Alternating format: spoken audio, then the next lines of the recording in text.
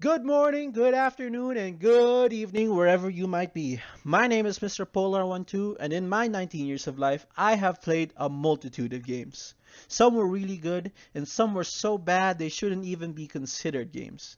In my search for good games to play, I learned that Epic Games was just giving away a new game or new games every month. And for 2-ish years, I have been accumulating those free games. At first, it was just a couple, then 50, then 100. And now it's at 200 games. 200 games that were just sitting in there untouched until I decided to play one game from my library every day from Monday till Friday. I call this the quest for some epic games. Every day I will download a new game from the Epic library. I will give the game at least 2 hours. That might change depending on the game. And at the end, I will rate and judge the game based on certain criterias.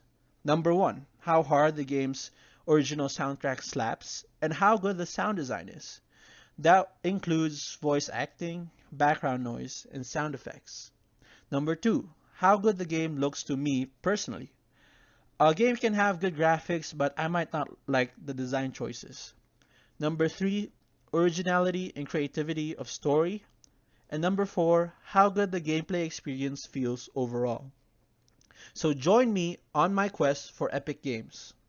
Also, I stream live almost every day. I'll pin the live stream details in the comments, so come hang out because it would be nice to talk to other people for once.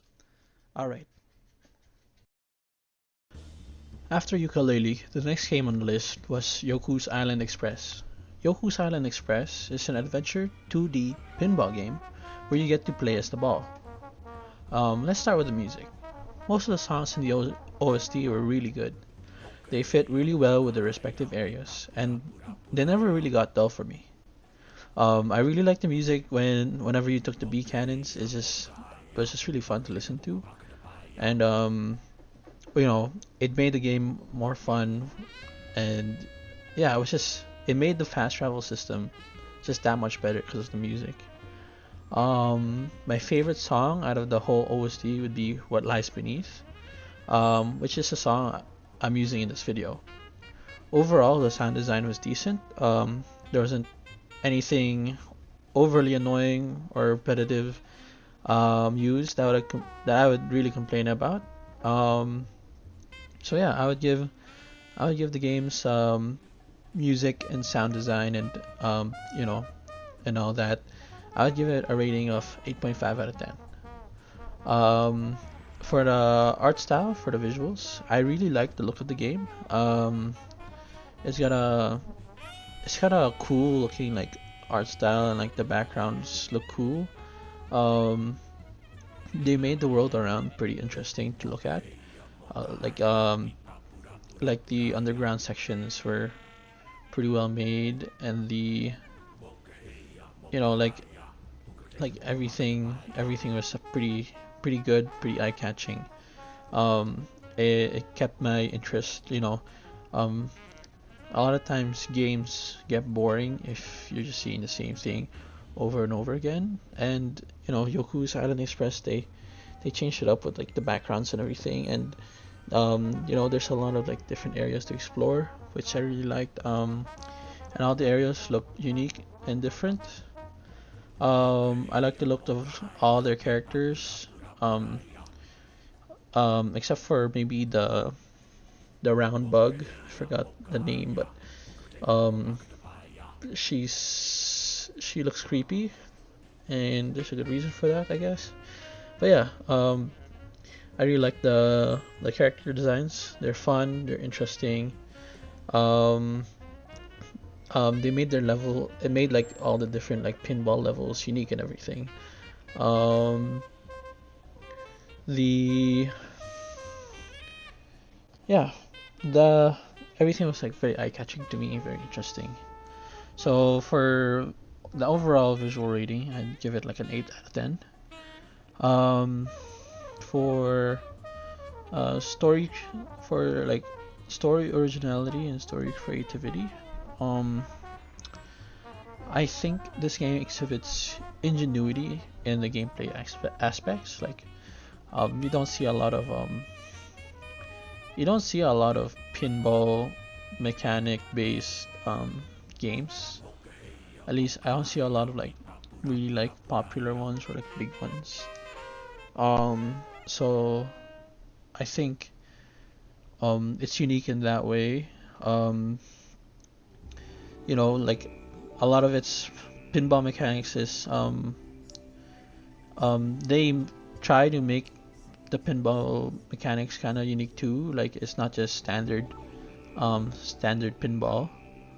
Um, their story, um, I like their story. It's pretty creative. Um, you know, the premise of the story is you're a new mailman that was washed ashore, and then over time you get sucked into this plot of having to save the island deities from um, from the god killer and from its like poison or whatever. Um, and then and then also you're delivering mail at the same time, which is it isn't like you don't really. It's not a common premise, that's for sure. I think it's pretty creative. Like I haven't heard of that before. Um, I give it like a 7 out of 10 on the originality and like the creativity overall of like both the story and the gameplay. Um, I only gave it a 7 out of 10 because um, I don't I don't really understand the mailman premise. Like why did they have to make you like the main character a mailman? Like why did they have to have like the mailman side story and everything? Um, maybe it was just like they thought they needed it, but I just didn't really understand that. Maybe someone can explain it to me, but for now it's just I didn't understand that part of it. So I'm giving it a 7 out of 10. Um, Now the gameplay. Uh, I really like playing this game. I just find pinball really fun. So I found the game's pinball mechanics to be fun and satisfying. Um, I found that exploring the map, then finishing the levels, were fun. They were worthwhile. And then figuring out the puzzles. I found a lot of them like challenging but fair.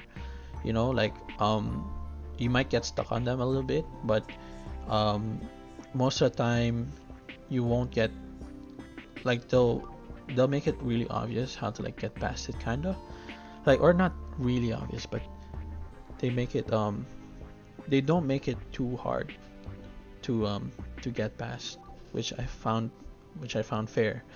um but yeah, I got stuck on a couple of parts, but that's it was mostly due to my own like my own blindness. At one part of while I was playing the game, um a speedrunner of the game came by my stream and helped me on some parts, and like even showed me like a speedrunning trick, which like a good community, like a good game community, will always give a game bonus points from me. um the yeah, my bad. The story was really short, but there are a lot of like secret like places I could have explored, and like a bunch of like other things I could have done. They even have like a randomizer mode, I think. But yeah, overall the game was just really enjoyable for me, and I would definitely play it again. Like even after I finish the game, it's just a nice chill game to just get into, and I feel like I could sink a lot of time into it. For gameplay, I give it a 9.10. So overall, the game gets an 8.10 out of 10, an 8.12 out of 10, and yeah, I would definitely recommend it. Um, is it worth the $20? Um, is it worth paying $20 for this? In my opinion, yeah, it is. It's a pretty good game, but getting it for free did make it better, I think. So take advantage of the Epic Games free games. But yeah, See you later.